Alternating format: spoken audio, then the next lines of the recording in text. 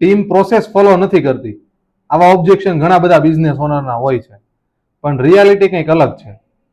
Business owners ટીમને blame કરે છે કે આળસુ છે, સ્કિલ નથી. આ ઘણા બધા બિઝનેસ ઓનર બ્લેમ કરે છે. એ પણ કંઈક અંશે સાચું છે, પણ બીજા પણ ઘણા બધા પ્રોબ્લેમ હોય છે.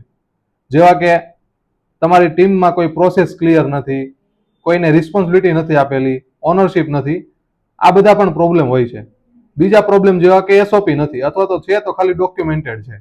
અને આ જો ડોક્યુમેન્ટેડ જ છે અને એક્ઝિક્યુશન નથી થતું, તો પણ તમને પ્રોડક્ટિવિટી નથી મળતું અને આઉટકમ નથી મળતું.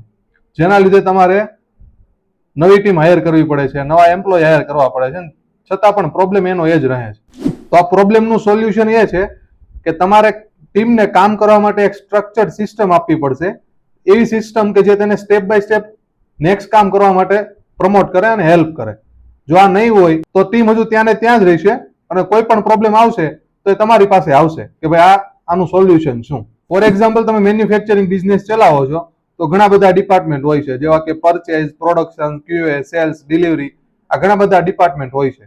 અને એવો પ્રોબ્લેમ આવતો હોય છે કે ભાઈ ટીમ એકબીજાને કમ્યુનિકેશન માટે અથવા તો સ્ટેટસ પૂછવા માટે વોટ્સએપ મેસેજ છે, કોઈ રજિસ્ટર છે, આ બધું યુઝ કરતા હોય છે.